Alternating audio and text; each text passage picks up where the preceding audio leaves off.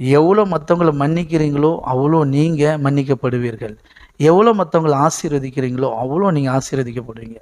எவ்வளோ பிறருக்காக விட்டு கொடுக்குறீங்களோ அவ்வளோ நன்மையை பெற்றுக்கொள்வீங்க. மனுஷர்கள் உங்களுக்கு எதை செய்ய வேண்டும் என்று நினைக்கிறீர்களோ அதை நீங்கள் திருப்பி அவர்களுக்கு செய்யுங்கள். எந்த மனுஷனும் உங்களுக்கு தீமை செய்யணும்னு நினைப்பீங்களா? இல்லை. எந்த மனுஷனும் உங்களை கஷ்டப்படுத்தணும்னு நினைப்பீங்களா? இல்லை. எந்த மனுஷனும் உங்களை காயப்படுத்தணும்னு நினைப்பீங்களா? இல்லை. ஆமாம்.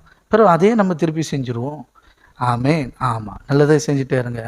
ஆமாம், நல்லதை செஞ்சால் நல்லது நடக்கும். இது எங்களுக்கு தெரியாதா? இதுக்கு ஒரு சர்ச்சா, இதுக்கு ஒரு பாஸ்ட் தேவையான்னு வெளியிலேருந்து சில பேர் கேட்பாங்க. இங்கே அது மேட்ரு கிடையாது.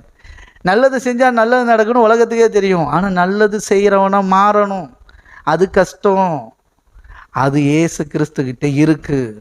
ஏசுக்கிட்ட வந்தால், ஏன்னா அவர் நல்லவர், அவர் பிள்ளைகளை அவரை போல மாற்றிக்கிறாரு, நல்லவங்களாக மாற்றிக்கிறார். கையை தட்டி பெற்றுக்கொள்ளுங்க.